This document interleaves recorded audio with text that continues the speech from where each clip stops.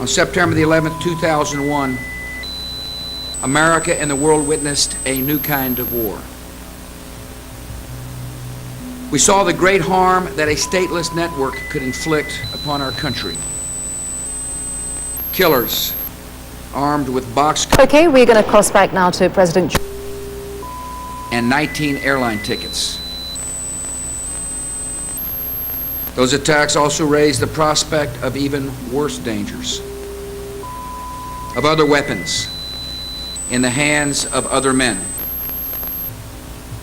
The greatest threat before you today is the possibility of secret and sudden attack with chemical or biological or radiological or nuclear weapons. In the past, enemies of America required massed armies, and great navies, powerful air forces. In the Cold War, Americans lived under the threat of weapons of mass destruction,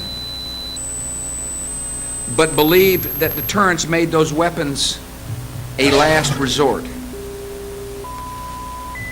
What has changed in the 21st century is that in the hands of terrorists, weapons of mass destruction would be a first resort, the preferred means to further their ideology of suicide and random murder. These terrible weapons are becoming easier to acquire, build, hide, and transport. Armed with a single vial of a biological agent or a single nuclear weapon, small groups of fanatics or failing states could gain the power to threaten great nations, threaten a world peace. America and the entire civilized world will face this threat for decades to come. We must confront the danger with open eyes and unending purpose. I made clear to all the policy of this nation. America will not permit terrorists and dangerous regimes to threaten us with the world's most deadly weapons.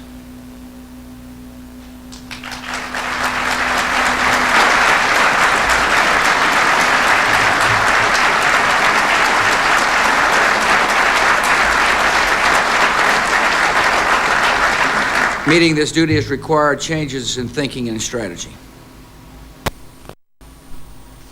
Doctrines designed to contain empires, deter aggressive states, and defeat massed armies cannot fully protect us from this new threat. America faces the possibility of catastrophic attack from ballistic missiles, armed with weapons of mass destruction. So that is why we are developing and deploying missiles to guard our people. The best intelligence is necessary to win the war on terror and to stop proliferation. So that is why I have established a commission that will examine our intelligence capabilities and recommend ways to improve and adapt them to emerging threats. We're determined to confront those threats at the source. We will stop these weapons from being acquired or built. We'll block them from being transferred. We will prevent them from ever being used. One source of these weapons is dangerous and secretive regimes that build weapons of mass destruction to intimidate their neighbors and force their influence upon the world. These nations pose different challenges. They require different strategies. Former dictator of Iraq possessed and used weapons of mass destruction against his own people. For the will of the international community, he refused to disarm or account for his illegal weapons and programs. He doubted our resolve to enforce our word. And now he sits in a prison cell while his country moves toward a democratic future.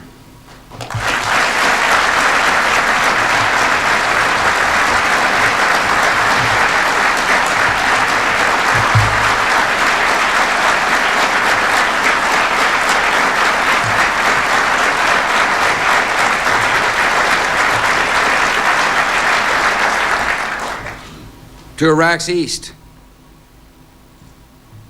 the government of Iran is unwilling to abandon a uranium enrichment program capable of producing material for nuclear weapons.